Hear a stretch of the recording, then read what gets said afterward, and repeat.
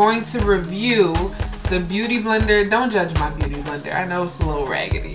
And the Real Techniques brush. I can talk today. I bought this at Ulta the other day and it was $5.99. And I honestly hadn't, I know this has been out for a while, but I hadn't realized that it existed until the other day. I've only always used the Beauty Blender, but I'm like, dang, these things cost $20 a pop. $20, and I need more than one in my kit. So I was like, well, let me try this one and see how we like it. So you guys are gonna see me demo it. You're gonna hear my kids screaming in the background first. You're gonna see me demo the both of them. So I did the Beauty Blender on this side and the Real Techniques sponge on this side. You'll see the steps that I went through to create my highlight. All I did was my highlight. I had already had foundation on. All I did was my under eye concealer. You'll see the products that I used and you'll see how I applied it. So I'm just gonna jump right into the video and you guys can watch the demo right now. First, I'm using my LA Girls Pro Concealer in the color Warm Honey. And I'm gonna use the Beauty Blender first. And I'm just showing you guys what it looks like. I'm sure you've seen a Beauty Blender before. It's rounded at the bottom, pointy at the top. Like I said, don't judge mine. So I just take the concealer and kind of brush it underneath my eyes. And I'm doing the right side of my eye with the Beauty Blender. And it's damp, that's why it looks bigger. So I did wet the Beauty Blender and now I'm just gonna tap and kind of let the sponge bounce off of my under eye. Now with this side, I really don't have to press too hard. It kind of goes in there really simply and easily without me having to do much work. I'm going to do the same thing on the other side. This is the same color.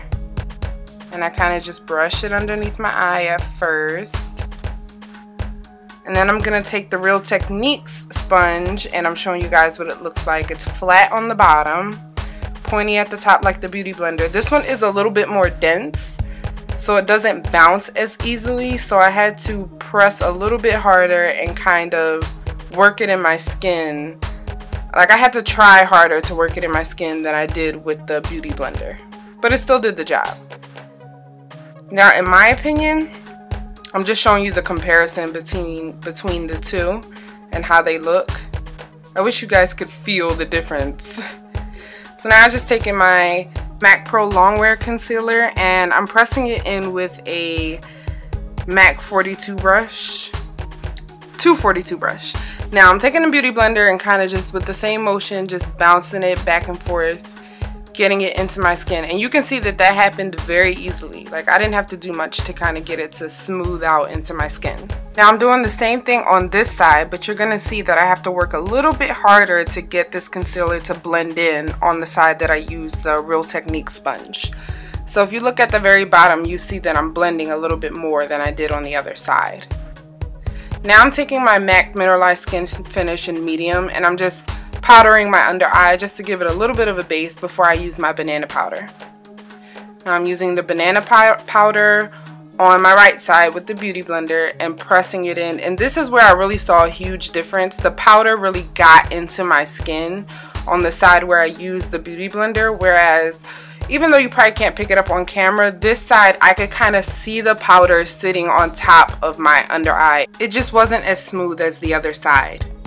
I gotta say, drum roll please, I do like the Beauty Blender a little bit better. It looks a little smoother, it looks more natural, whereas the Real Techniques sponge, it just looks like I can see it just slightly a little bit more. You may not be able to pick it up on camera, but if you are in my face, like up close, and even for like HD, TV, film, things like that, which I do all the time, I would rather use the Beauty Blender. So bottom line, you guys, if you really want to get that smooth application, airbrush looking, skin looking, then sorry, you're gonna have to kick out that $20. Now, like I said, this one works. It works nicely. If you don't do makeup, oh my god.